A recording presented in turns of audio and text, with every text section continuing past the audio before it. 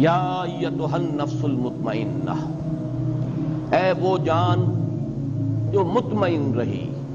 یہ تو اس کا لفظی ترجمہ ہوا، لیکن جیسا کہ میں نے عرض کیا انسانی نفسیات کے بہت ہی اہم حقائق ہیں جو اس ایک لفظ کے پردے میں چھپے ہوئے ہیں. یہ وہ مضامین ہیں جو میں نے اپنے درس کے دوران مختلف مواقع پر بیان کیے ہیں، لیکن جیسے میں نے اس سال اپنے تنظیم اسلامی کے سالانہ اجتماع میں بھی اور انجمن کے محاضرات میں بھی کوشش کی کہ بعض جو بنیادی اور اہم مضامین ہیں ہمارے دین کے اور قرآن حکیم کے جو بنیادی تھیمز ہیں ان پر میں نے اپنی سوچ کو اپ ڈیٹ کیا، اور آخری جو نتائج ہیں آج کی تاریخ تک وہ میں نے گویا کہ کوشش کی کہ میں انہیں ایک ترتیب کے ساتھ بیان کروں. وہی بات میں کرنا چاہتا ہوں اس نفس مطمئنہ کے حوالے سے. نفسیات انسانی کے ضمن میں بعض حقائق جو پہلے وقتاً فوقتاً بیان ہوئے ہیں آج ذرا انہیں ترتیب کے ساتھ اگرچہ اختصار ملحوظ رہے گا. سب سے پہلے یہ نوٹ کیجئے کہ نفس کا لفظ قرآن مجید میں 3 معنی میں آیا ہے.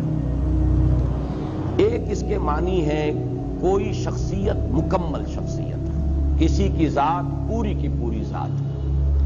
اب شخصیت انسان کی بھی ہے اور ایک شخصیت، ایک ذات اللہ تعالیٰ کی بھی ہے.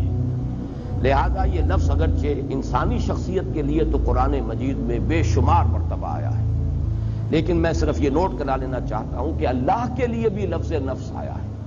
حالانکہ ایک اعتبار سے یہ لفظ جو ہے گھٹیا معنی میں استعمال ہوتا ہے، یعنی نفس امارہ، لیکن یہ ہے کہ اللہ تعالیٰ کی ذات کے لیے بھی یہ لفظ قرآن مجید میں 4 مقامات پر آیا ہے. چونکہ اس سے مراد ہے ذات باری تعالیٰ، ایک پوری شخصیت، جس کو اقبال نے اپنے لیکچرز میں کہا ہے دی انفائنائٹ ایگو، وہ جو ایک خودی ہے. انائے کبیر وہ ایک ذات ہے، وہ ایک شخصیت ہے. وہ صرف کوئی وجود مطلق نہیں ہے، وہ صرف کوئی روح کائنات نہیں ہے، وہ صرف کوئی بے جان مادہ نہیں ہے، بلکہ ایک شخصیت ہے، ایک ذات ہے، مکمل شخصیت، مکمل ذات. انائے کبیر وہ جو انفائنائٹ ایگو ہے. چنانچہ یہ نوٹ کر لیجئے سورہ آل عمران کی آیات نمبر 28 اور نمبر 30 میں 2 مرتبہ یہ الفاظ آئے وَيُحَذِّرُكُمُ اللَّهُ نَفْسَهُ. اللہ ڈراتا ہے تمہیں اپنی ذات سے، یعنی اللہ کی ذات سے. اللہ تعالیٰ تمہیں ڈرا رہا ہے کہ اس سے ڈرو، مجھ سے ڈرو. یہاں پر اللہ کی ذات کے لیے 2 مرتبہ نفس کا لفظ آیا وَيُحَذِّرُكُمُ اللَّهُ نَفْسَهُ. اسی طریقے سے سورہ انعام میں بھی 2 جگہ پر، آیت نمبر 12 ہے اور آیت نمبر 54. آیت نمبر 12 میں فرمایا كَتَبَ عَلَى نَفْسِهِ الرَّحْمَةَ، اللہ تعالیٰ نے اپنی ذات پر واجب کر لی ہے رحمت.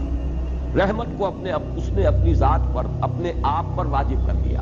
یہ میں اس لیے مثال دے رہا ہوں کہ اپنا آپ، اپنی ذات، اس کے لیے انسانوں کے لیے تو بے شمار مرتبہ لفظ نفس آیا ہے قرآن مجید میں، لیکن ذات باری تعالیٰ کے لیے بھی لفظ نفس کا اطلاق 4 جگہ ہے.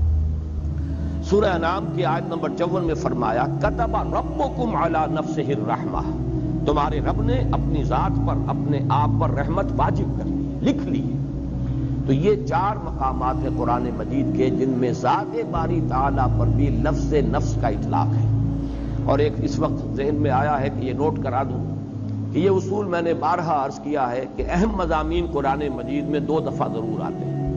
اب دیکھیے یحذرکم اللہ نفسہ 2 جگہ آ گیا ایک ہی صورت میں سورہ آل عمران میں. کتب علی نفسہ الرحمہ یا کتب ربکم علی نفسہ الرحمہ، یہ بھی 2 مرتبہ آ گیا سورہ انعام. تو ایک مفہوم تو لفظ نفس کا ہے کسی کی شخصیت، کسی کی ذات، پوری کی پوری شخصیت پر لفظ نفس کا اطلاق. دوسرے معنی میں انسان کی شخصیت کے حیوانی پہلو پر اس لفظ کا اطلاق ہوتا ہے.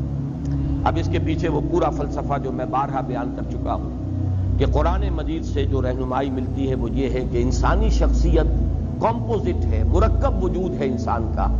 ایک اس کا حیوانی وجود ہے، وہ خاکی الاصل ہے، زمین سے، مٹی سے، کرسٹ آف دی ارتھ سے جو ہے یہ وجود میں آیا ہے، کلے سے. اور ایک اس کا روحانی وجود ہے، وہ عالم امر سے متعلق ہے، اس کا ایک خصوصی ربط اور تعلق ہے ذات باری تعالیٰ کے ساتھ. وَنَفَخْتُ فِيهِ مِن رُوحِي، یہ دونوں بڑے متضاد ہیں اپنے تقاضوں کے اعتبار سے بھی اور اپنے اوریجن کے اعتبار سے بھی. ایک کا منبع زمین ہے، ایک کا جو بھی جہاں سے اس کا تعلق ہے وہ عالم علوی ہے، وہ بلند عالم ہے. اس میں یوں سمجھ لیجئے کہ انسانی شخصیت کا جو حیوانی پہلو ہے اس کے لیے لفظ نفس آتا ہے۔ یہی وجہ ہے کہ اس حیوانی پہلو کا اگر خلاصہ اور لب لباب آپ کہیں گے تو وہ ہے جان، حیات، جو حیوانات میں بھی ہے۔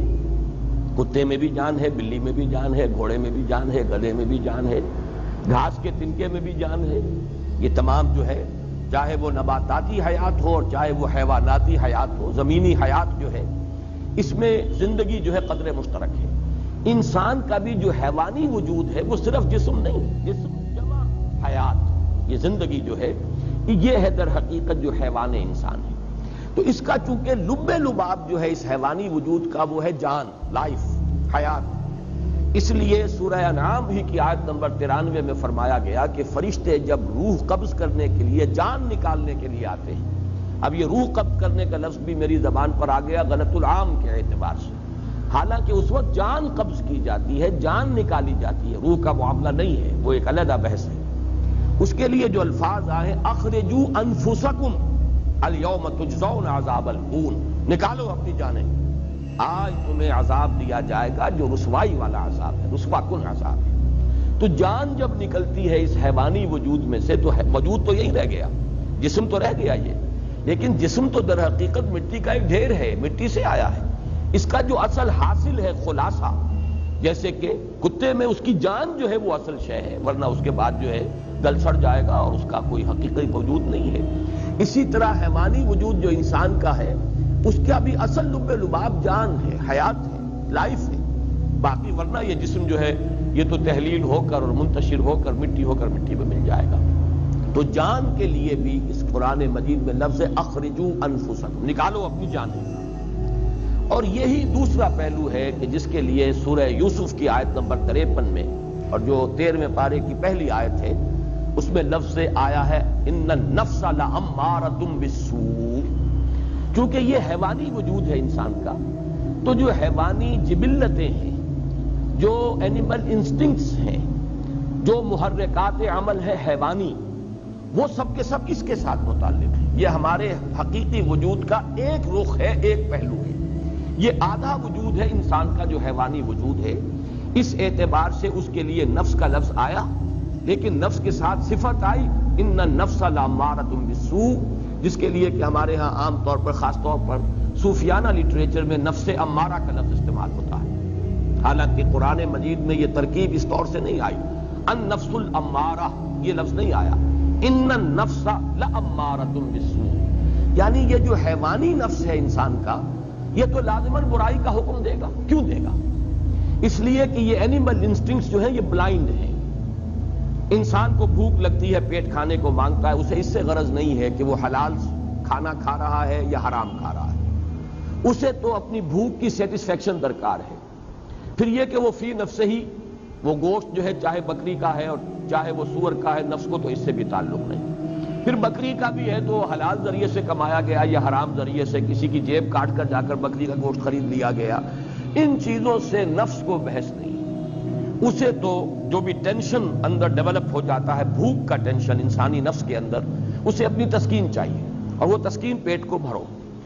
اسی طرح شہوت ہے، جنسی جذبہ ہے، وہ تو اپنی تسکین چاہتا ہے، گریٹیفیکیشن چاہتا ہے، اسے اس سے غرض نہیں حرام راستے سے ہو، حلال راستے سے ہو، برائی سے ہو، بھلائی سے ہو، جائز سے ہو، ناجائز سے، اسے اس کی کوئی غرض نہیں۔ تو یہ جو انسان کے جو حیوانی جبلتیں ہیں، حیوانی انسٹنکٹس ہیں، یہ جو اس کے محرکات عمل ہے حیوانی، یہ رجحانات و میلانات جو حیوانی ہیں، یہ چونکہ اندھے ہیں، انہیں خیر اور شر اور انہیں حلال و حرام اور جائز و ناجائز سے بحث نہیں ہے، لہذا ان کے لیے فرمایا گیا یہ تو برائی کا حکم دیں گے۔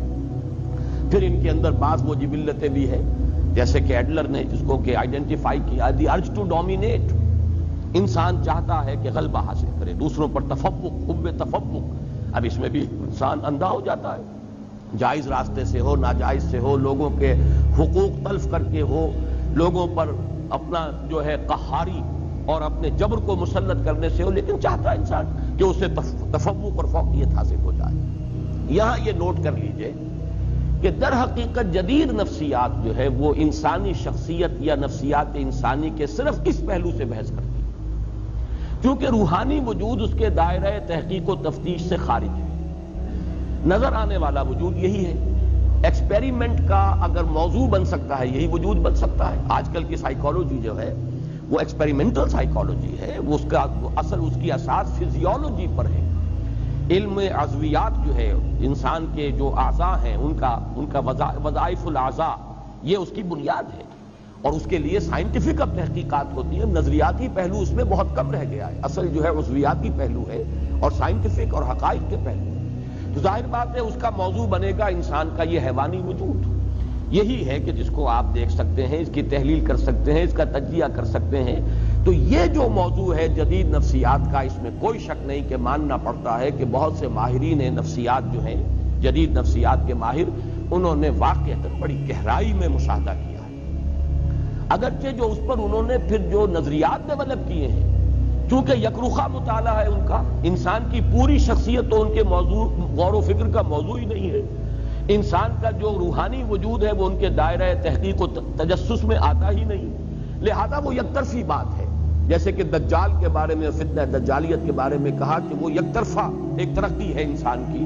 مادی علم کی ترقی ہو رہی ہے، ٹیکنالوجی کی ترقی ہو رہی ہے، روحانیات و اخلاقیات جو ہیں وہ پستی میں چلے جا رہے ہیں. ایک آنکھ والا معاملہ ہے، وہ آنکھ خوب کھلی ہوئی ہے. چاہے وہ فرائڈ ہو، چاہے وہ ایڈلر ہو، چاہے وہ میکڈوگل ہو، چاہے وہ ینگ ہو، چاہے وہ مارکس ہو، ان تمام مفکرین نے نفسیات انسانی کا جو جائزہ لیا ہے تو ایکویٹی آف آبزرویشن جس کو ہم کہیں گے، ایکویٹی آف ویژن، دیکھا بہت ہے، بہت ایکیوٹلی مشاہدہ کیا، اس میں کوئی شک نہیں. لیکن یہ کہ اس پر بھی جو نظریات انہوں نے بنائے ہیں میں ان کی تائید نہیں کر رہا. اس وقت جو تحسین کر رہا ہوں وہ صرف ان کے گہرے مشاہدے کی. لیکن یہ کہ یہ بات نوٹ کر لیجئے کہ ان کا یہ سارا مطالعہ انسان کی حیوانی نفسیات سے متعلق ہے. انسان کی اصل انسانی نفسیات جن کو ہم کہہ سکتے ہیں کہ وہ انسان کے روحانی وجود سے متعلق ہیں، اس کے ضمن میں وہ در حقیقت ان کی تحقیق اور جستجو کا میدان ہے ہی نہیں. اب تیسری بات نوٹ کیجئے کہ اصلاً اسلام اور قرآن نے جو ہدایت ہمیں دی ہے اس کے بارے میں پہلی بات تو میں عرض کر چکا ہوں کہ یہ کمپوزٹ وجود ہے، حیوانی وجود اور ایک روحانی وجود. لیکن قرآن سے ہمیں یہ معلوم ہوتا ہے کہ ایک حقیقت اور ہے انسان کے اندر جو ان دونوں کے بین بین ہے. انسان کا ایک وجود روحانی وجود، ایک حیوانی وجود. حیوانی داعیات، حیوانی محرکات، حیوانی رجحانات، حیوانی میلانات، حیوانی محرکات عمل، روح، اس کے تقاضے، اس کی پل، وہ بلندی کی طرف لے جانا چاہتی ہے انسان کو، یہ پستی کی طرف لے جانا چاہتے ہیں انسان کو. لیکن ان دونوں کے مابین ایک پل اپورڈ ہے، ایک پل ڈاؤن ورڈ ہے. دونوں کے مابین ایک اور لطیف حقیقت ہے انسانی وجود کی جس کو کہا جاتا ہے قلب. اب یہ لطیف حقیقت کا جو لفظ میں نے استعمال کیا ہے، صوفیہ اسی کو استعمال کرتے ہیں لطائف. لطائف ثلاثہ کا میں قائل ہوں کہ قرآن مجید سے مجھے ان کا ثبوت ملا ہے. بعض صوفیہ نے لطائف خمسہ، لطائف ستہ، وہ اور بھی کچھ چیزیں ہیں کہ جن پر گفتگو کی ہے. لیکن بہرحال میں یا تو یہ کہ یہ سمجھ لیجئے کہ میں اپنے قصور فہم کا اعتراف کر رہا ہوں. بہرحال مجھے قرآن مجید کے اندر ان کا سراغ نہیں ملا. نفس جس کے بارے میں پوچھ چکا، اور جدید ماہرین نفسیات کی ساری گفتگو، بحث، تفتیش، تجسس وہ صرف اسی سے متعلق ہے. لطیفہ روح جو بلند ہے اور لطیفہ قلب. اب میں آپ کو پہلے یہ عرض کر دوں کہ ان کا ایک بڑا ہی ایک ربط قائم ہوتا ہے جو فرائڈ نے جو 3 لیولز معین کیے ہیں انسانی شخصیت کے. اور یہ میں نے جیسا کہ ابھی عرض کیا کہ میں اس کے مشاہدے کی گہرائی کا اور ایکویٹی آف آبزرویشن کا بہت قائل ہوں. اگرچہ جو نظریات اوپر اس نے بنائے ہیں وہ بڑے گمراہ کن ہیں، لیکن بنیادی آبزرویشن صحیح ہے. انسانی نفس میں اس کے محرکات کے اعتبار سے 3 لیولز آئیڈینٹیفائی کیے فرائڈ نے. لوئسٹ ہے اڈ اور لیبیڈو. اڈ یا لیبیڈو یہ کیا ہے؟ یہ حیوانی جبلتیں، حیوانی تقاضے، انسان کا جو حیوانی وجود ہے اس کا جو میلان ہے، اس کا جو رجحان ہے، یہ کیا ہے؟ اڈ اور لیبیڈو، جس کا تعلق ہے بطن سے، فرج سے، حیوانی تقاضوں سے. اس سے بلند تر سطح پر وہ کہتا ہے ایگو، خودی. کوئی اور شے ہے جو کنٹرول کرتی ہے لیبیڈو کو، اڈ کو، لیبیڈو کو کنٹرول کرنے والا کوئی ہے انسان کے اندر جس کو وہ ایگو سے تعبیر کرتا ہے. اور اس سے اوپر ایک اور شے کو اس نے مشاہدہ کیا اور اس کو وہ تعبیر کرتا ہے سپر ایگو.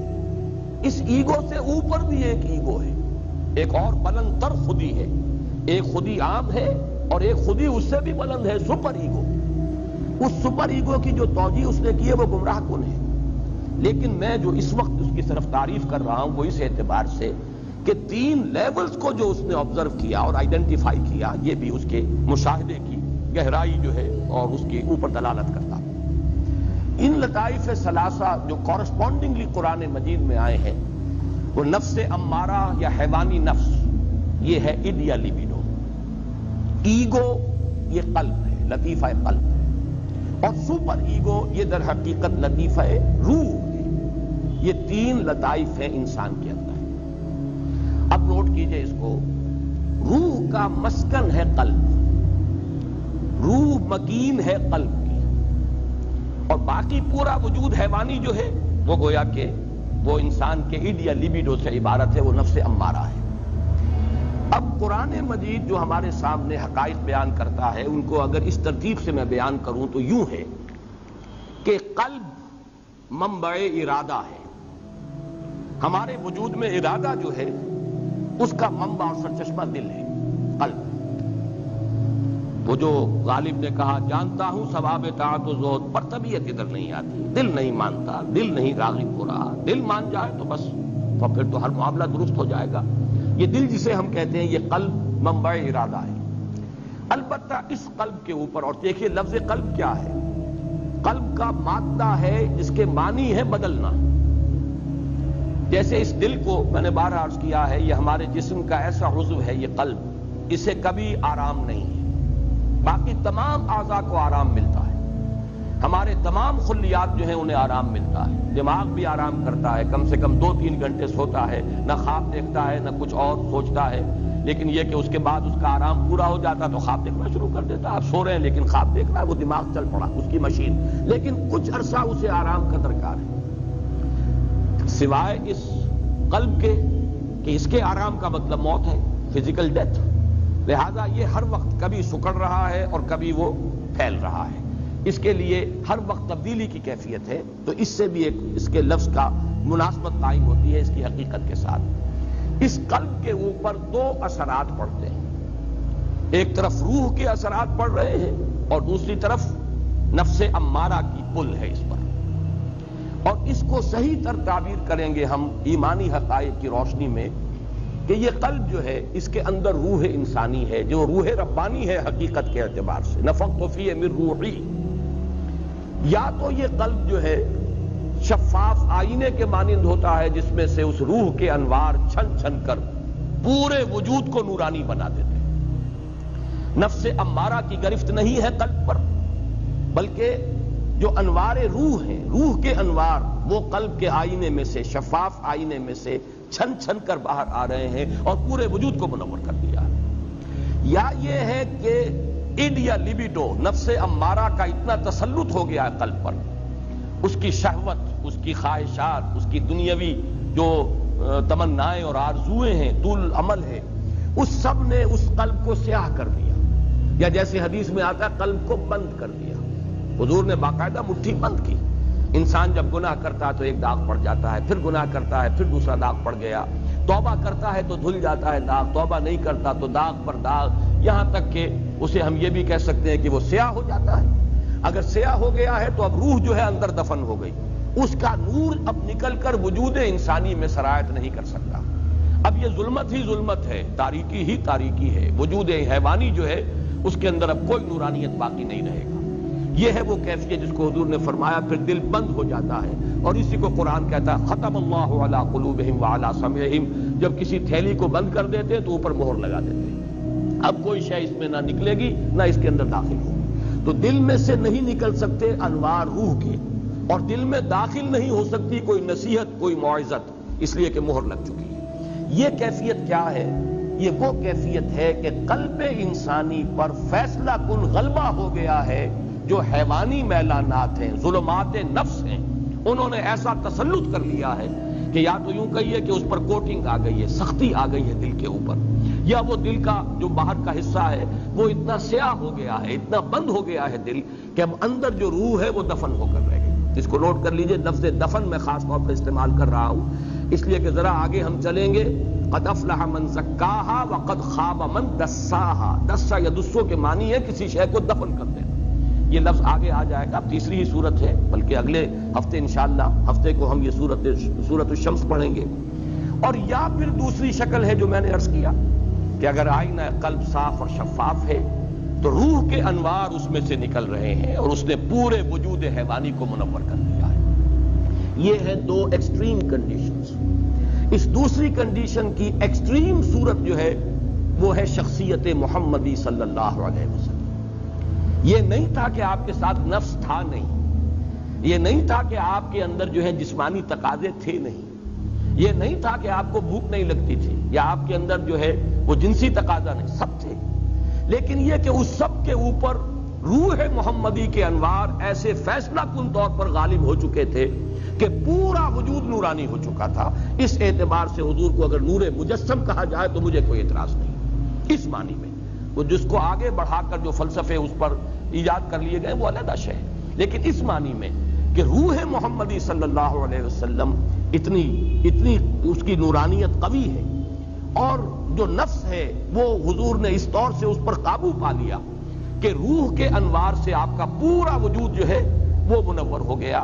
اس کے لیے سورہ نور کی وہ جو رکوع ہے 5واں رکوع، اس میں جو تعبیر آئی ہے اسے ذہن میں تازہ کر لیجئے. نور علی نور، یہ تو انوار ہی انوار ہیں پورے وجود کے اندر. بتمام و کمال تو یہ ذات محمدی ہے صلی اللہ علیہ وسلم، لیکن یہ کہ اسی راستے پر چلنے والے اور بھی لوگ ہوں گے. نور کی انٹینسٹی تو وہ نہیں ہوگی جو نور محمدی کی ہے صلی اللہ علیہ وسلم، لیکن یہ کہ پورے وجود انسانی کا نورانی ہو جانا کم تر انٹینسٹی کے ساتھ یہ بالکل معقول بات ہے، سمجھ میں آنے والی بات ہے. اور دوسری جو ایکسٹریم کیفیت ہے اس کے لیے ظلمات بعضها فوق بعض، تاریکیوں پر تاریکیاں. نور جو ہے روح کا وہ تو دفن ہو چکا، اس کے اوپر تو قلب کے اوپر کرسٹ آ چکا، سختی آ چکی. ثم قست قلوبکم فہی کالحجارۃ او اشد قسوہ، پتھر سے زیادہ سخت ہو چکے. یا آئینہ قلب سیاہ ہو چکا، زنگ آ چکا. کلا بل ران علی قلوبہم ما کانوا یکسبون، یہ سورہ مطففین میں ہم پڑھا ہے. یا حضور نے جیسے فرمایا کہ دل بند ہو گیا، اب اس پر مہر کر دی گئی. یہ ہے ظلمات بعضها فوق بعض. البتہ ایک تیسری کیفیت ہے بین بین. یہ قلب جو ہے کبھی ادھر کبھی ادھر. آپ یوں سمجھیے کہ 90% انسان اسی کیفیت میں ہوں گے. وہ لوگ کہ جن پر اس طریقے سے حیوانیت کا غلبہ ہو چکا ہو کہ کوئی خیر کا وجود ہی نہ رہے، یہ بھی ایکسٹریم لوگ کم ہوتے ہیں. کوئی نہ کوئی جھوٹی نیکی، ملمے کی نیکی، دکھاوے کی نیکی، ڈاکوؤں کے ہاں، جیب کتروں کے ہاں، بستہ الف اور بستہ بے کے بدماشوں کے ہاں، رنڈیوں کے ہاں، یعنی آبرو باختہ عورتوں کے ہاں ہوتی ہے کوئی نہ کوئی. محرم آیا تو کالے کپڑے پہن کر اور وہ سبیلیں لگائیں گی اور آئیں گی اور تازیوں میں چلے. کچھ نہ کچھ ہے اپنے نفس کو دھوکہ دینے کے لیے کوئی نہ کوئی خیر جو ہے اس کا انسان اہتمام کرتا ہے. اسی کا ذکر آ رہا ہے سورہ بلد میں. اہلکت مالا لبدا، میں نے تو بڑا مال لگا دیا، خرچ کر دیا. میں نے تو خیر کے کاموں میں، بھلائی میں، مسکینوں کو کھلانے میں بڑے بڑے لنگر کھولے. یہ سب کام ہے کس کے ساتھ؟ بدی کے ساتھ. بدی بھی ہے، حرام خوری بھی ہے، سمگلنگ بھی ہو رہی ہے، اور بھی جو بھی سودی کاروبار بھی ہو رہا ہے، لیکن مسجدوں کو چندے بھی دیے جا رہے ہیں، دارالعلوموں کی سرپرستی بھی ہو رہی ہے. تو اکثر و بیشتر آپ کو ملے گا گڈمڈ معاملہ کہ کچھ نیکی کی طرف بھی ہے اور کچھ بدی کی طرف بھی ہے. یہ ہے جس کو قرآن تعبیر کرتا ہے نفس لوامہ. لا اقسم بیوم القیامہ ولا اقسم بالنفس اللوامہ. اس لیے کہ یہ روح جو ہے اس کا اثر کیا ہوتا ہے انسان پر؟ یا تو مثبت اثر ہے، نیکی کی طرف کھینچتی ہے، اس لیے کہ اس کا منبع جو ہے وہ خیر کل ہے، ذات باری تعالیٰ سے اس کا تعلق ہے تو خیر کی طرف بلائے گی.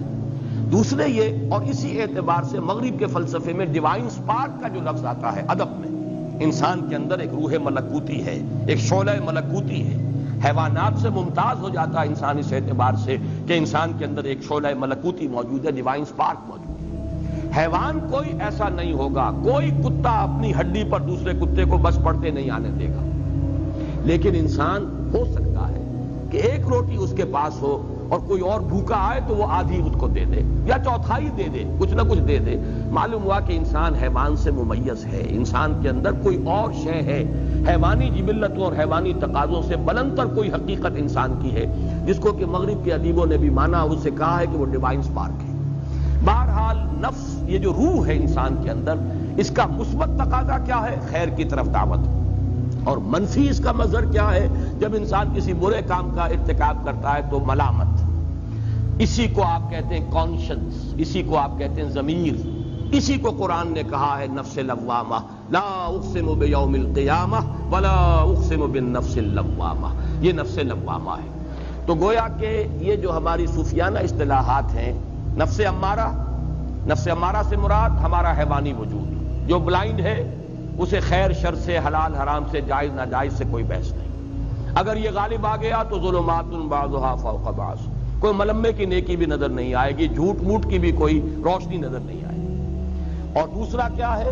اگر انسان کچھ خیر کی طرف بھی چلتا ہے اپنی روح کے تقاضے کے تحت، اور اگر کوئی برا کام کرتا ہے، نفس کا غلبہ ہو گیا، شہوات کا غلبہ ہو گیا، خواہشات کا غلبہ ہو گیا، بری حرکت سرزد ہو گئی، تو پھر اندر سے وہ روح جو ہے ملامت کرتی ہے، وہ ضمیر جو ہے، مائی کانشنس از بائٹنگ می، میرا ضمیر مجھے ملامت کر رہا، یہ نفس لوامہ ہے۔ اس کو تعبیر کرتے ہیں یہ نفس کی اس سے ایک بہتر اور اعلیٰ تر شکل ہے۔ بلند ترین شکل جو ہے وہ نفس مطمئنہ، جبکہ انسان کی روح کو تمکن حاصل ہو جائے وجود انسانی پر۔ نفس ہے لیکن نفس اب انسان کو ڈکٹیٹ نہیں کر سکتا، غلط راستے پر نہیں لے جا سکتا، جس کو حضور نے تعبیر کیا ہے، چونکہ اس کی کامل مثال میں عرض کر چکا ہوں، صرف ذات محمدی ہے صلی اللہ علیہ وسلم، کہ حضور نے جب فرمایا کہ ہر انسان کے ساتھ ایک شیطان ہوتا ہے، اور کسی نے بڑی ہمت کی جو پوچھ لیا کہ حضور کیا آپ کے ساتھ بھی شیطان ہے؟ آپ نے فرمایا ہاں ہے، لیکن میں نے اسے مسلمان کر لیا، یعنی وہ شیطان بھی ہے، وہ نفس بھی ہے، لیکن میں نے اسے مسلمان کر لیا، میرا اس کے اوپر کنٹرول ہے، میں قابو یافتہ ہوں، اور جب قابو یافتہ ہوں تو میری روح جو ہے، یہ ہے وہ کیفیت جس کو نفس مطمئنہ۔ یہاں اب میں چاہتا ہوں کہ اس کے ساتھ دوسرا لفظ اب ایڈ کریں، مطمئنہ سے مراد کیا ہے؟ یا ایھا النفس المطمئنہ۔ ابھی تک میں نے عرض کیا ہے کہ نفس کا لفظ مکمل شخصیت کی توجیہ کے لیے بھی آتا ہے، تعبیر کے لیے۔ نفس ہمارے صرف حیوانی وجود کے تقاضے کے لیے بھی آتا ہے، جس کا خلاصہ اور لب لباب ہے ہماری جان، اور اسی معنی میں وہ نفس امارہ کا لفظ استعمال ہوتا ہے۔ پھر نفس بحیثیت کل جب آئے گا تو نفس مطمئنہ، یہ پوری انسانی شخصیت کی وہ کیفیت کہ جس میں انسان کا لطیفہ روح جو ہے اس درجے غالب آ چکا ہے پورے وجود پر کہ وہ لطیفہ نفس جو ہے وہ ہوتے ہوئے بھی غیر مؤثر ہو گیا، اور تمکن حاصل ہو گیا اس کے پورے وجود پر، حکمرانی اور تسلط جو ہے وہ ہو گیا ہے اس کے روحانی وجود کا۔ اب مطمئنہ کسے کہتے ہیں؟ اطمئنان، یہ ہم اردو میں اس کو لکھتے ہیں تو اطمینان لکھتے ہیں یہ کے ساتھ، عربی میں اصل میں یہ لفظ ہے اطمئنان حمزہ کے ساتھ۔ هو الاستقرار والثبات، کسی چیز پر جم جانا، یہ ہے در حقیقت اطمینان کا اصل مطلب۔ اس اطمینان کے دو رخ ہیں، اور یہ میں اس مرتبہ اپنے حقیقت ایمان والی بحث میں ایمان کا امن سے تعلق اس میں تفصیل سے بیان کر چکا ہوں اس مرتبہ کے محاضرات میں۔ انسان کو دو قسم کے اطمینان درکار ہے، ایک ذہنی اطمینان، اور اس کو ہم ذہنی سکون سے بھی تعبیر کرتے ہیں، ایک قلبی اطمینان یا قلبی سکون۔ اسے اطمینان کہیں، سکون کہیں، امن کہیں، تینوں الفاظ یہاں ہم معنی ہو جائیں گے۔ ذہنی اطمینان، قلبی اطمینان، ذہنی سکون، قلبی سکون، ذہنی امن اور قلبی امن۔ ذہنی امن کیا ہے؟ اس کائنات کے جو اصل بنیادی حقائق ہیں ان پر انسان کا دل ٹھک جائے، اللہ ہے، ہست اللہ ہے، مجھے یقیناً اس کے حضور میں جانا ہے، میں وہیں سے آیا ہوں، انا للہ و انا الیہ راجعون، میری اصل زندگی آخرت کی زندگی ہے، مرنے کے بعد جی اٹھنا ہے۔ یہ جب ہے ہو جاتا ہے، اب اس میں شکوک نہ رہے، شبہات نہ رہے، وہ بات نہ ہو کہ ان نظن الا ظنا وما نحن بمستيقنين، گمان سا تو ہوتا ہے لیکن یقین نہیں ہوتا، یہ نہیں، بلکہ جسے کہا گیا سورہ حجرات میں انما المؤمنون الذين آمنوا بالله ورسوله ثم لم يرتابوا، پھر شک ہرگز نہ کرے۔ یہ ہے ذہنی اطمینان، انسان کو معلوم ہے میں کہاں سے آیا ہوں، کہاں جا رہا ہوں، مبدأ و معاد، جس کے لیے میں نے وہ شعر سنایا بارہا کہ اگر یہ انسان کو معلوم نہیں تو اس کی مثال اس بے لنگر کے جہاز کی سی ہے. ایک ایسا مسافر جسے یہی معلوم نہیں میں چلا کہاں سے تھا، میرا گھر کہاں ہے اور جا کہاں رہا تھا، جس کی یادداشت کہیں میموری جو ہے اس کی کہیں اثناء سفر میں اس کی زائل ہو گئی، اسے یاد ہی نہ رہا. اس کی کیفیت کیا ہے؟ نہ ہاتھ باغ پہ ہے نہ پا ہے رکاب میں. البتہ یہ کہ وہ رخش عمر جو ہے وہ چل رہی ہے. رو میں ہے رخش عمر، کہاں دیکھیے تھمیں، کیا معلوم کہاں جا کے رک جائے گی. یا جس کی بہتر تعبیر یہ ہے کہ نہ ابتدا کی خبر ہے نہ انتہا معلوم، رہا یہ وہم کہ ہم ہیں تو یہ بھی کیا معلوم. یہ اسکیپٹسزم ہے، ایگنوسٹسزم ہے، لا ادریت ہے، ارتیابیت ہے، اس شکوک ہے، شبہات ہیں، کسی شے پر یقین نہیں. یہ ذہنی خلجان ہے انسان کا. اور قلبی اطمینان کیا ہے؟ قرآن مجید کی اصطلاح میں اس کا نام ہے زوال خوف و حزن. نہ خوف رہے نہ حزن رہے. کچھ نہیں ہوگا جب تک کہ اللہ کا اذن نہ ہو. وہ میرا مولا ہے، ہوا مولانا، تو کس بات کا خوف؟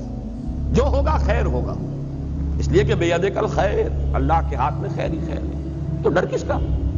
اور جو کچھ ہوا اس کے کیے سے ہوا، اس کے فیصلے سے ہوا، اس میں یقیناً خیر ہے. راضی برضائے رب، اللہ کی رضا پر انسان راضی ہے. زوال خوف و حزن یہ ہے قلب کا اطمینان. تو نفس مطمئنہ اصل میں اسے کہا جائے گا. یہ در حقیقت معرفت اور ایمان ہی کی انٹینسٹی کا نام ہے. اسی کے لیے دوسری اصطلاح احسان ہے. احسان اس کا عملی پہلو ہے اور اس کی داخلی کیفیت جو ہے وہ اطمینان والی، ذہن بھی مطمئن اور دل ٹھکا ہوا، دل بھی قائم. اس کے اندر خوف اور حزن کے کیفیتیں جو ہیں وہ سوائے جیسے کہ میں نے کل عرض کیا تھا ایک طبعی سا اثر. اگر کسی چیز نے کاٹا ہے، ایک دم ہاتھ جو ہے آپ کا ہل گیا، درد محسوس ہوا، ٹھیک ہے، یہ طبعی اثر ہے اس کا. لیکن نفسیاتی اثر نہیں کہ اس کی وجہ سے کوئی غم لاحق ہو جائے، کوئی انسان کے اوپر جو ہے مایوسی کی کیفیت طاری ہو جائے، کوئی زبان سے اللہ کے لیے شکوہ اور شکایت کے الفاظ نکل جائیں، نالا و شیون، یہ نہیں، بلکہ یہ کہ اس کے اوپر ضبط ہے مکمل. یہ ہے در حقیقت زوال خوف و حزن. الا ان اولیاء اللہ لا خوف علیہم ولا هم یحزنون. تو اب یوں سمجھیے کہ لفظ احسان، لفظ مرتبہ ولایت، الا ان اولیاء اللہ لا خوف علیہم ولا هم یحزنون، یہ دونوں مساوی ہیں نفس مطمئنہ کی. جو کیفیت اس لفظ احسان میں ہے، جو کیفیت مرتبہ ولایت کی ہے، وہی نفس مطمئنہ ہے. البتہ اب آخری بات جو اس کے لیے میں عرض کرنا چاہتا ہوں وہ یہ ہے، اس صورت میں خاص تعلق کیا ہے اس نفس مطمئنہ کا. یا ایتھا النفس المطمئنہ، اس کا تعلق اس صورت کے ساتھ کیا ہے وہ نوٹ کر لیجئے. اب میں نے عرض کیا تھا اس سورہ مبارکہ یعنی سورۃ الفجر کی بنیادی مرکزی اہم ترین آیات کیا ہیں؟ فَأَمَّا الْإِنسَانُ إِذَا مَا ابْتَلَاهُ رَبُّهُ فَأَكْرَمَهُ وَنَعَّمَهُ فَيَقُولُ رَبِّي أَكْرَمَنِ وَأَمَّا إِذَا مَا ابْتَلَاهُ فَقَدَرَ عَلَيْهِ رِزْقَهُ فَيَقُولُ رَبِّي أَهَانَنِ. اور میں نے کل لفظ ایک استعمال کیا تھا کہ پینڈولم ہے. جیسے اب تو وہ گھنٹے رہے نہیں، وہ جو کوئی بڑا گھنٹہ جو ہے دیواروں پر ہوتا تھا اور اس کا پینڈولم کبھی دائیں بائیں مسلسل چل رہا ہے. یہ پینڈولم سمجھیے کہ انسان پر جو حالات وارد ہوتے ہیں اس دنیا میں، اگر خوشگوار حالات ہیں، کھانے کو فراوانی سے مل رہا ہے، آسائش ہے، آرام ہے، شہرت بھی اچھی ہے، دنیا میں عزت بھی ہے، اب خوش ہے انسان، دل کی کلی کھلی ہوئی ہے. ذرا تکلیف آ گئی، ذرا مصیبت آ گئی، تنگی آ گئی، کوئی اور کسی اعتبار سے نقصان ہو گیا، اب انسان پر گھٹن طاری ہو گئی اور اس کی ایک مایوسی کی سی کیفیت طاری ہو گئی. یا تو پھولے نہیں سما رہا یا مایوس ہو گیا. یہ ہے پینڈولم. جتنا جتنا اس پینڈولم کا سوئنگ زیادہ ہوگا اتنا ہی انسان معرفت سے محروم اور حقیقت سے محجوب ہے. یہ انورسلی پروپورشنل ہوگا معاملہ. جتنی معرفت میں بلندی ہوگی، ترقی ہوگی، پینڈولم کا سوئنگ کم ہو جائے گا، یہاں تک کہ معرفت کا ایک مقام وہ آئے گا چٹان کے مانند انسان کھڑا ہوگا، کوئی کیفیت اس پر اثر انداز نہیں ہو رہی. جیسے چٹان ہے، کوئی بہت منہ زوردار دریا ہے اور اس کی موجیں آ کر تھپیڑے لگا رہی ہیں، اس چٹان کو کوئی نقصان نہیں، اس پر کوئی اثر نہیں. یا کوئی بڑا سا پتھر بھی آ گیا لڑکتا ہوا پانی کے اندر، دریائے کنہار میں تو نظر ہی آ جائے گا آپ کو، لیکن اس چٹان سے کیا کرے گا؟ سر پھوڑے گا اور خود چل دے گا، خود ٹوٹ جائے گا. چٹان کو کچھ نہیں کہہ سکتا. وہ چٹان کے مانند بدلتے ہوئے حالات میں انسان اگر قائم ہے، یہ ہے نفس مطمئنہ. خوشی آ گئی تو ٹھیک ہے، اللہ کا فضل ہے، اللہ کا شکر ہے، لیکن یہ کہ اس کے اوپر اترانا، فرح فخور نہیں، یہ کیفیت نہیں ہو سکتی۔ اسی طرح تکلیف آ گئی، اللہ کی طرف سے ہے، آزمائش ہے، اس میں بھی میرا کوئی خیر مضمر ہے۔ اگر کوئی عزیز فوت ہو گیا، اللہ کی شے تھی، اللہ نے لے لی، جیسے کہ میں نے کئی مرتبہ آپ کو سنایا، میرے والد مرحوم نے اپنا مشاہدہ بیان کیا، حالانکہ وہ کوئی زیادہ مذہبی شخصیت نہیں تھے، خاص طور پر یہ تصوف کے کوچے میں ان کا کوئی بھی ان کا گزر نہیں تھا، لیکن ایک بزرگ تھے ہمارے حصار میں، جو میرا قصبہ ہے، ذاتی میری پیدائش کا مقام بھی ہے، اور وہیں تقریباً یوں سمجھیے کہ زندگی کے 15 برس گزرے ہیں۔ تو وہاں ایک بزرگ تھے مظفر علی خان، اور ان کے پھر یہ جو خلیفہ تھے عبد الصمد خان، وہ ہیں جو رینالہ خرد میں دفن ہیں، اور جن کے نام کی تختی لگی ہوئی ہے، مسلم مسجد کا سنگ بنیاد انہوں نے رکھا تھا۔